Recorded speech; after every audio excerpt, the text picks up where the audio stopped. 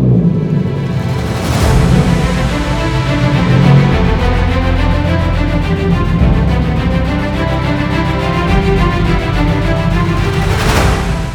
guys, and welcome back to another installment on the GTR Heritage Centre's YouTube channel. My name's Az and I'm here with my team partner, John. Everyone. Now today we're going to be talking about two of the WRC heavyweights. These are two JDM legends made by some of the biggest manufacturers in history. The Mitsubishi Evolution And the Subaru Impreza STI. Right, okay guys, now up on this side of things, we are going to be talking about the Mitsubishi Lancia Evolution GSR 9. One of my personal favourites. I've never actually owned one, but it's definitely on my bucket list of cars to own. So let's get into it. So this is, as I've just said before, this is a Mitsubishi Lancia Evolution GSR 9. Now this is a Japanese import, so it's a JDM model. So what differs from the Evo 9 to the Evo 8, they had little different styling things like the bumpers, the grills were slightly different, some little engine tweaks, but not very much in the space or the realm of how the car looks overall. As you can see from this vehicle here, it's got a lot of carbon fibre. It's got this lovely vent here which skips into the intake. It's got an aftermarket HKS intake, got some nice little bits there in the engine bay. We have got a lot of stuff to cover on this car because it is quite a modified example. It's got the work CRW Kai wheels, which were a nice lovely lightweight wheel made by Works. Standard you had Brembo brakes, the calipers front and rear, and on this vehicle you have the J-hook upgraded discs with some upgraded pads. The owner has told me he likes to track this car quite a lot, and you can tell just by the way it's set up. It is definitely being set up as a track hero.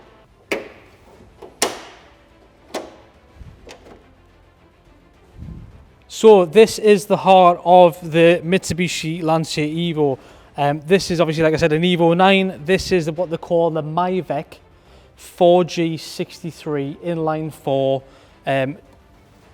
dual cam engine. Turbo mounted at the front. Standard form, this would have been around about the 280 to 300 horsepower as per the JDM regulations. I think it's around about 286 horsepower. This here, by the spec of the owner, has been dynoed at 400 horsepower, so it is quite a substantial amount more than what it is from factory, and I have been told it is a proper weapon. As you can see here, we've got uprated engine mounts to cope with the extra torque. And we've got some KW coilovers here, which obviously helps with the performance on track. And like I said before, we've got the HKS intake filter and a remapped ECU. Like I said, this is a proper nice engine, especially if you forge them. There's very little that you can't do with these engines. So yeah, again, like I said, it's a cracking little bit of kit, this engine.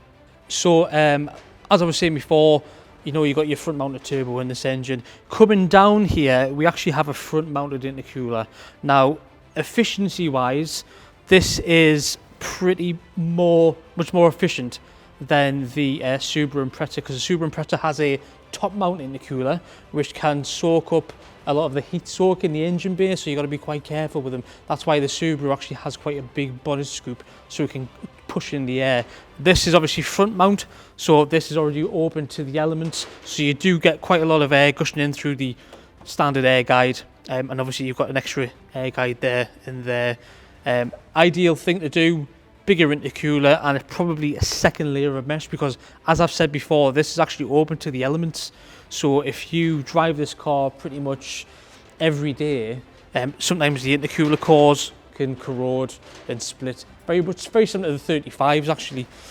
So yeah, definitely upgraded intercooler on this would be one of the options that I personally would go with on this car. So in the interior, obviously, just as a reminder, this is actually a four-door saloon, so it's pretty much a bit of a rocket that you can probably put your kids in the back and take them to school, and if you wanted to, for you know, one of them crazy rides.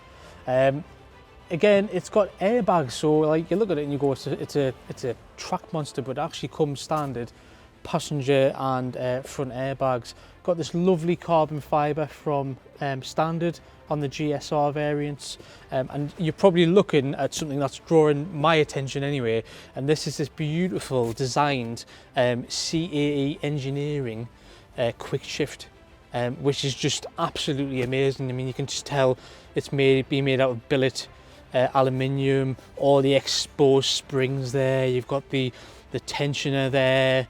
Again, just an absolutely amazing bit of kit. It's just, you can just tell it has been a track hero. Like I said, it's got the TRS harnesses as well.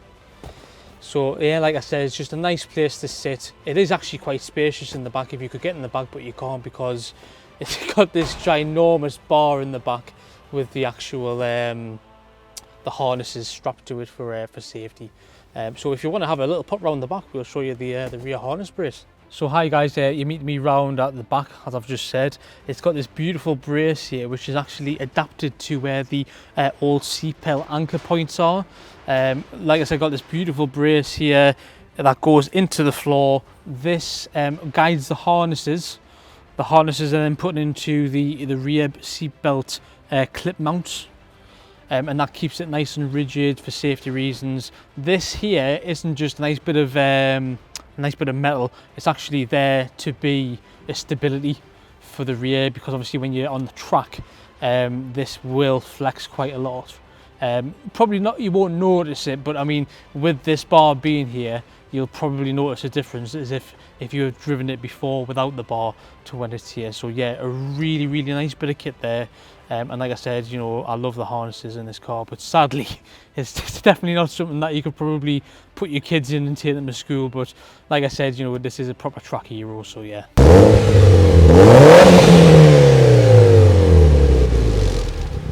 So yeah, I could literally talk about these cars all day long. Mitsubishi Lancia Evolution, definitely one of my personal favourites. Just to sort of take your eye off things a little bit, obviously you can see it's got a massive spoiler on it. This has actually got a carbon wing. I don't believe this is a stock item. I think the owner has actually put this on to sort of match with his carbon front fenders, his splitter and his bonnet. HKS titanium exhaust system, really, really nice bit of kit there. You can see everything that's been put on this car has been put on in the right sort of sense, in the frame of mind. It's been weight saving as a track car, but like I said, I can talk about this car all day long. Beautiful, beautiful, beautiful cars with some real WRC pedigree. So I'm going to shut up now. Over to John. Okay, hello guys. Today I get to talk about this Subaru Impreza, as drew the short straw actually. This is his brother's car, which he knows loads about. He knows very little about that Evo, and you know, well, it shows, doesn't it? I'm actually a big Subaru guy. I used to own an STI back in the day, way before this model actually came out. This is the second generation of Impreza. When these first came out, they had a ridiculous, what they call a bug eye headlamp. Do not know what Subaru were thinking. Even to this day, it's aged horribly. Even then it was horrible, it's even worse now. They tried to do something about it in this model. They call this the blob eye, which is the first facelift of the second gen car. Does look a hell of a lot better. For me, the winner over the Evo's a great car, but it's a Subaru for me. For one thing, the engine's pointing in the right direction. For me, the Evo's a front-wheel drive car with a transfer box. This is a proper four-wheel drive car. So let me show you a little bit about it. Az is furious because he knows everything about this car. So the thing that makes the Subaru different from all the other cars, and for me, the jewel in here, is this Boxer 4 engine. So you've got two pistons on this side, two pistons on this side, and they're all fighting to get out of the engine on either side. It's a wonderful piece of kit. They call this the EG207 engine, so it's a later generation of the early Subaru Boxer. Being the STI model, it's a semi-closed deck. This is actually a JDM model, so there's quite a few differences from the car that was available in the UK. One of the biggest issues is, well, not issue, but the thing that's different is this is only a 2 litre, where the UK car would have been a 2.5, but they make up for it in other ways. For one, the pistons in it have a much higher silica content than they do in the standard one or the UK one, which is actually very, very difficult to achieve and quite expensive to do.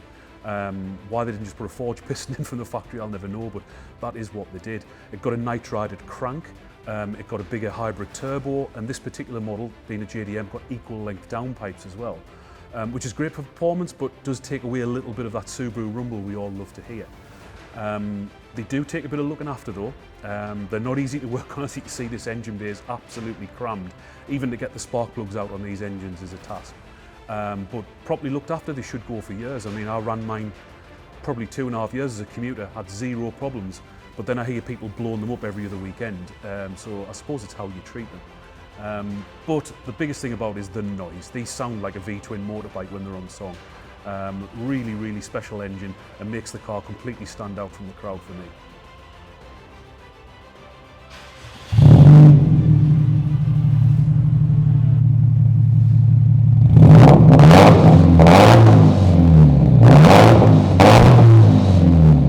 Watching my videos on the channel, you'll know I do like to talk a little buyer's guide for the cars when I'm looking around.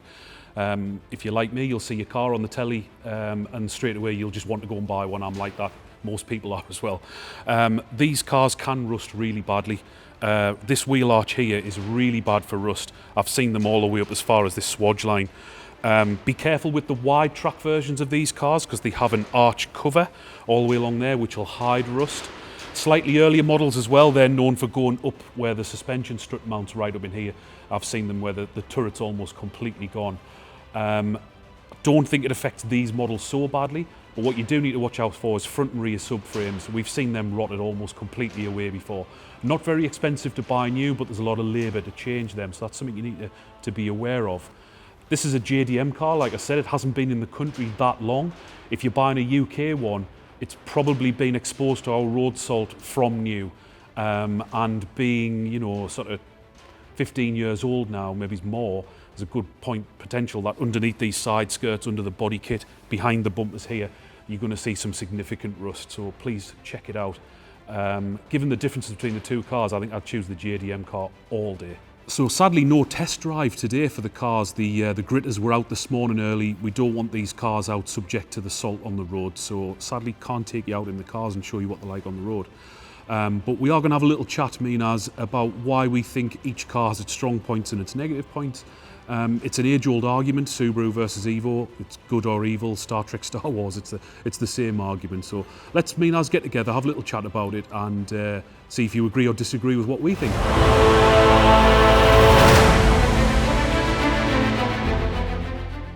Mate, have you seen the weather outside? Baltic, isn't it? It's absolutely Baltic, I swear down. I'm pretty sure Dave said there was a twister and he saw a cow flying in the air. You know Dave, always making shit up. Anyway, mate, these two cars. Mate, honestly. Epic battle, good and evil, Star Trek, Star Wars, Subaru, Evo. I know I dicked you at the start of the video by not letting you talk about your brother's car, which you know inside and out. Yes. For an Evo that you've only just seen an hour ago. What do you reckon? Are you a Subaru or an Evo man? Well, personally, I am a Subaru man because I have owned 5 Subarus. I've owned 3 Legacy Twin Turbos and 2 Imprezas. However, the Evo is always the car that's got away from us. It's one of my bucket list cars that I want, and I'm not going to lie, this age Evo, the Evo 8s and 9s, I feel the build quality was just that little bit better than the Subaru, but my heart will always lie with the Subaru. I'm not going to lie.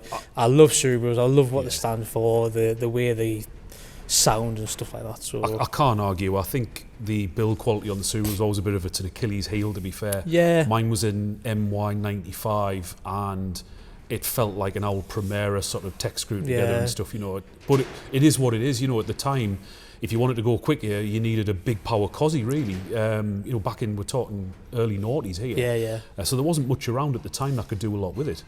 The Evo, I love them because they're a competent car. You can do anything with them. You know, they can be built for big horsepower. They can do time attack, drag, circuit. But for me, when I first saw a front-wheel drive platform like that made into a four-wheel drive in a saloon car, it was in a Vauxhall Cavalier. Yeah. And I just think, when I look at them, I think it's just a really well-executed Cavalier Turbo, which is a car close to my heart. Yeah.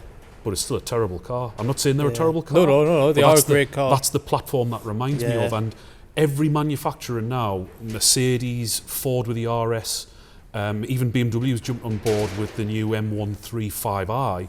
They've all gone to this front-wheel drive, transfer boxed car, and it kind of, are they a bit lost in that market now? I think that's probably the cheapest way to make them. Yeah. That it's probably cost over performance now. I mean, it's the same with the Audis. You know, they've got different. You know, they've got the Haldex system on the R32 Golfs and stuff like that. While, like I said, it's like Subaru was built as a four-wheel drive car. Yeah, it stayed true to its platform. It stayed true to its platform, and then other engine ranges came into that car and stuff like that. I think that's why I'll always go Subaru side of the argument, because it's quite unique. The way the engine's laid out, the way they've stuck to their guns, and they've kept this principle of boxer 4, low down in the front, proper permanent four-wheel drive system, engine pointing forward out the car. Well, obviously the Evo led the way with this platform. You know, it did a fantastic job of it, but you know, it doesn't really feel much different now to a Golf R, an Audi RS. You know, it's kind of lost in that crowd a little bit. But still, you know, a JDM icon. Yeah, absolutely. Both of these cars are just proper true JDM icons. And like I said, I mean, for me, if I had the choice between this and this, I'm sorry guys, but I think I'll take the Subaru. I can't argue, you know, I think I'm Team Subaru as well on this one. Team Subaru. Yeah. Team Subaru. Let me know what you think in the comments, guys. If you'd have the Evo, let us know. Yeah. Maybe just pissed off every Evo group on the internet. Yeah, absolutely. Yeah, absolutely. Well, we brought this video today. We thought we'd just give you a change from GTRs. We've shown you a lot of R35s, a lot of RB powered cars. Something a little bit different. We work on these every day. That's why we've got access to them. Thought we'd bring you something a little bit different. Drop us a comment, see what you'd like to see in any future videos. Thank you for watching. Thank you very much. Cheers now. Bye-bye. Goodbye.